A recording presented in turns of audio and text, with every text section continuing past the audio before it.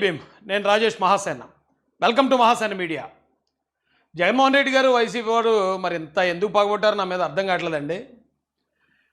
YCP అధికారంలో ఉన్నప్పుడే జగన్ గారిని కాదని వైసీపీ నుంచి ఎంపీలు, ఎమ్మెల్యేలు, మంత్రులు కూడా బయటకు వచ్చేసి తెలుగుదేశం పార్టీలో జాయిన్ అయ్యారు. అలాగే వైసీపీ నుంచి చాలామంది వచ్చి 2024 ఎలక్షన్లో తెలుగుదేశంలో జాయిన్ అయ్యారు. అలాగే జనసేనలో జాయిన్ అయ్యి ఎమ్మెల్యేలు, మంత్రులు కూడా అయ్యారు. వాళ్ళు ఎవరిని ఏమనరండి. వైసీపీ వాళ్ళు ఎవ్వరి జోలికి వెళ్ళరు, వాళ్ళు ఎవరిని విమర్శించరు, వాళ్ళు ఎవరిని ట్రోలింగ్ చేయరు. మరి నా మీద మాత్రం ఎందుకో ఇంత ప్రేమ వీళ్ళకి నాకు అర్థం కాదు.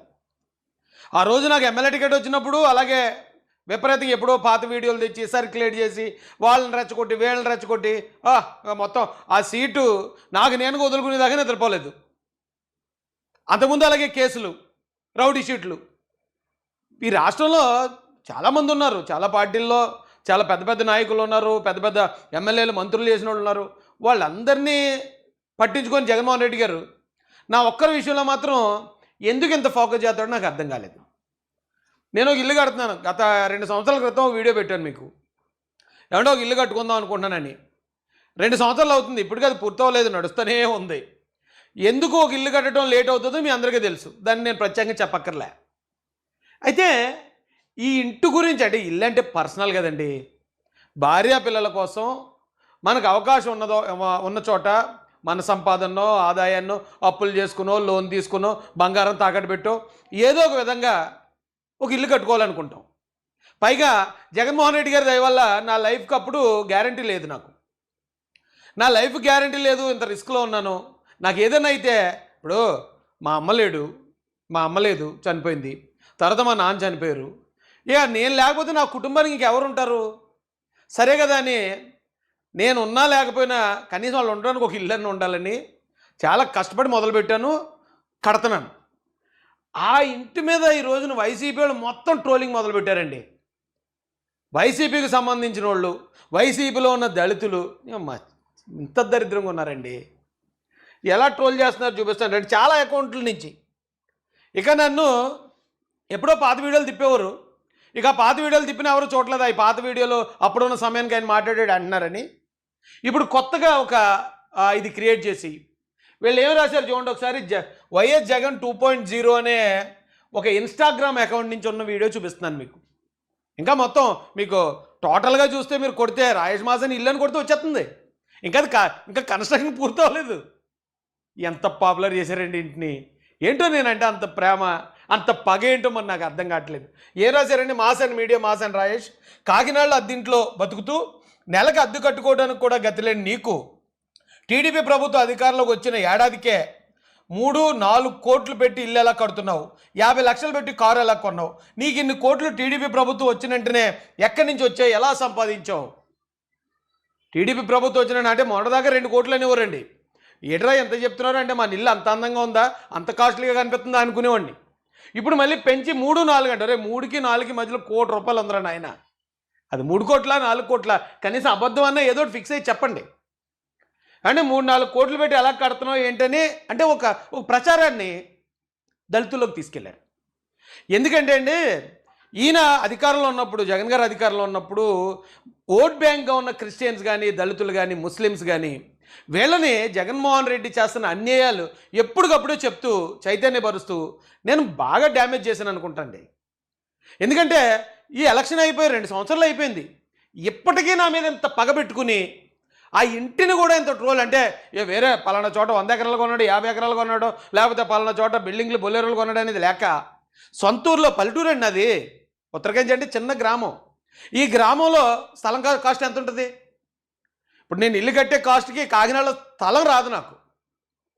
నా సొంతూరులో నేను ఇల్లు కట్టుకుంటే దానికి ఇంత ట్రోలింగ్. సరే మీ లెక్కకే వస్తున్నాను, నేను లెక్క చెప్తాను.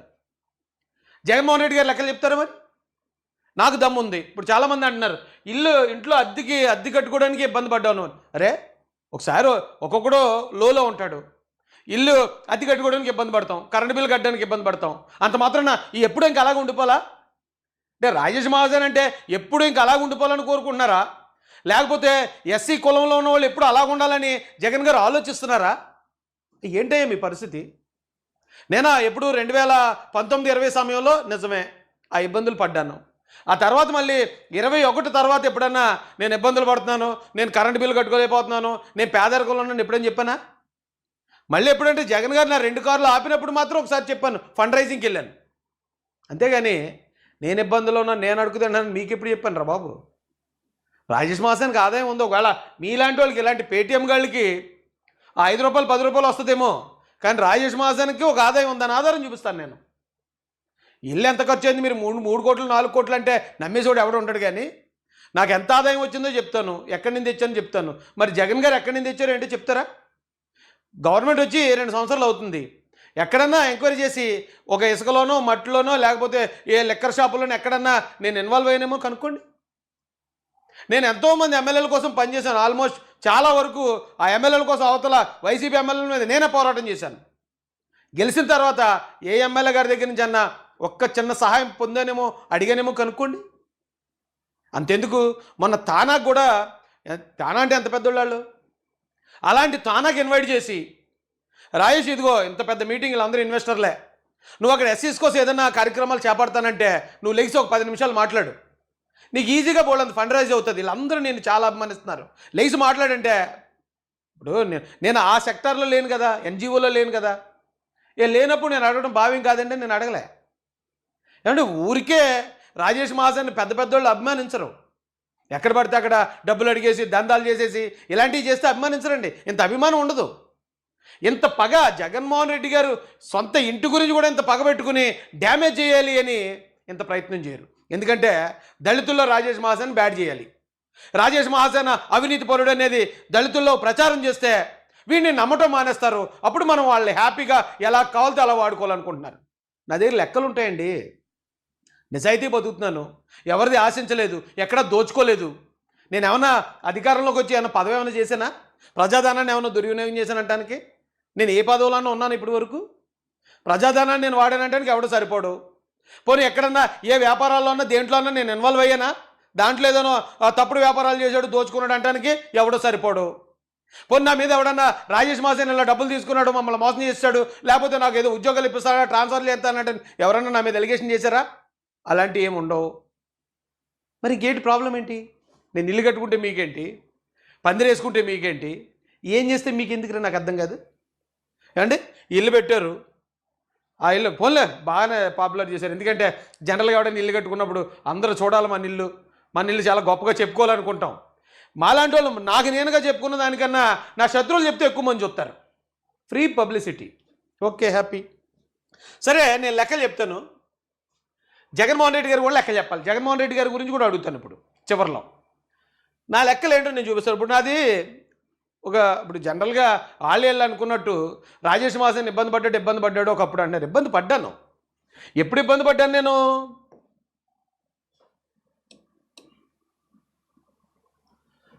2017 వరకునండి. 2017లో నాకు ట్రెండ్ సెటర్ అని ఒక కంపెనీ ఉండేది.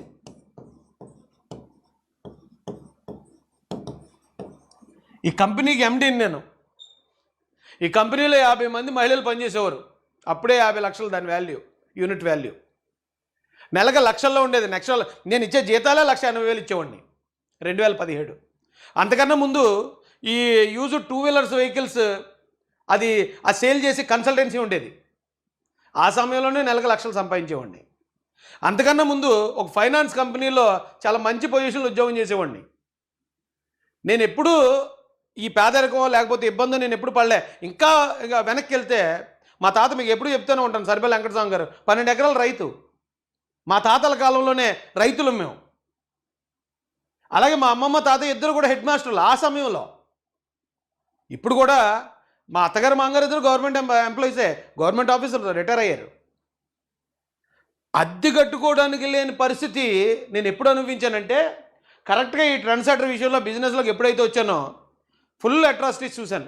ఎస్సీఓడు అంటే అన్ని ఇది వ్యాపారం చేయనివ్వకపోవటం, కాంపిటేటర్స్ ఆడు ఎస్సీఓడు ఆడి దగ్గరికి వెళ్ళకండి, ఆడు సరిగ్గా టైంకి ఇవ్వడం, టైంకి డెలివరీలు ఉండవు, రకరకాలుగా చెప్పి బ్యాంక్ మేనేజర్ మోసం చేసి అన్ని రకాలుగా నలిపేశారు ఈ టైంలో నన్ను. లేకపోతే అప్పుడు దాకా నాకు ఈ పోరాటాలు, ధర్నాలు, రాష్ట్రాలకు ఏమీ తెలియదు. ఎంఆర్ ఆఫీస్కి కూడా వెళ్ళింది లేదు నేను ఎప్పుడు.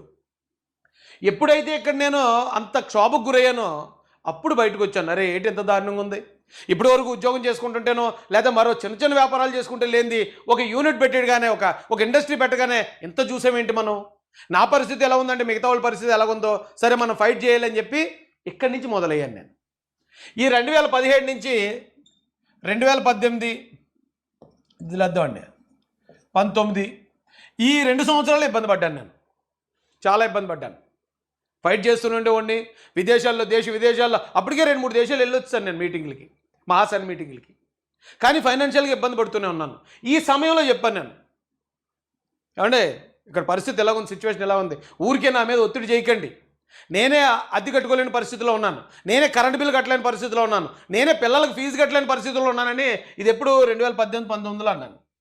ఇప్పటికి ఎన్ని సంవత్సరాలు అయింది? 19 నుంచి ఇప్పటికి 7 సంవత్సరాలు అయింది. ఆ 7 సంవత్సరాలు కూడా మనిషి అలాగ ఉండిపోతాడండి. అయితే ఇప్పటికి తేడా ఏంటంటే, అప్పుడు కూడా నేను ఫైట్ చేసేవాడిని, గ్రౌండ్లోకి వెళ్ళేవాడిని, ధర్నాలు చేసేవాడిని.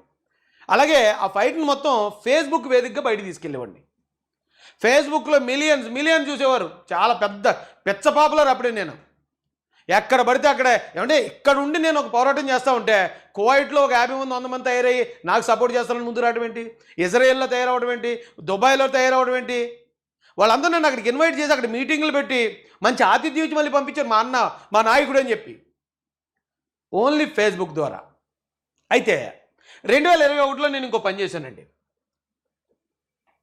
2021కి వచ్చేటప్పటికి నేను ఏం చేశానంటే, ఇదే పని అదే ఫైట్ని మహాసేన మీడియా అని మార్చి ఇక ఈ స్టూడియో ఓపెన్ చేశాను. ఇది చాలా చిన్న రేకుల షెడ్.